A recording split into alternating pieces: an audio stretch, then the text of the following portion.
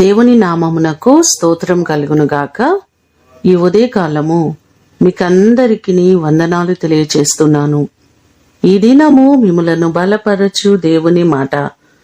యెహోవాను స్తుతించుట మంచిది.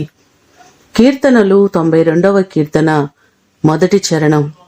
మన దేవుని నిత్యము మనము స్తుతించబద్దులమై ఉన్నాం. ఇప్పటి వరకు మనను కాచి కాపాడి సంరక్షించి నడిపిస్తున్న దేవుడు, ఎల్లవేళలా ఆయనను స్తుతించవలసిన వారమై మనం ఉన్నాము.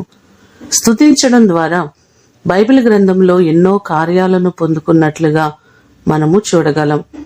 ఇశ్రాయేలు ప్రజలు దేవుని స్తుతించడాన్ని బట్టి యెరికో కోటగోడలు కూలిపోయినట్లుగాను, కొత్త నిబంధనలో చూస్తే పౌలు శీలలు స్తుతించగా చెరసాల పునాదులు కదిలిపోయినట్లుగాను మనము బైబిల్లో చూడగలం.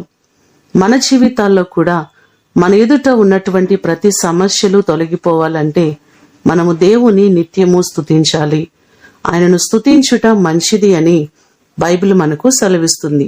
మనందరమును నిత్యము ఆయనను స్తుతించి ఆయన ద్వారా మన జీవితాలలో జయమును పొందుకొని ఆశీర్వదించబడుదుముగాక. ప్రార్థన చేసుకుందాం. పరలోకమందున్న మా తండ్రి, మీ పాదములకు వందనాలు, స్తోత్రాలు.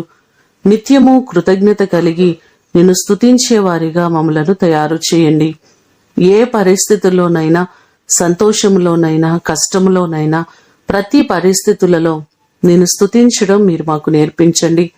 ఇప్పటి వరకు మమ్మలను నడిపించిన దేవుడవు, సంరక్షించిన దేవుడవు, క్షేమమిచ్చిన దేవుడు మీరే ప్రభువా.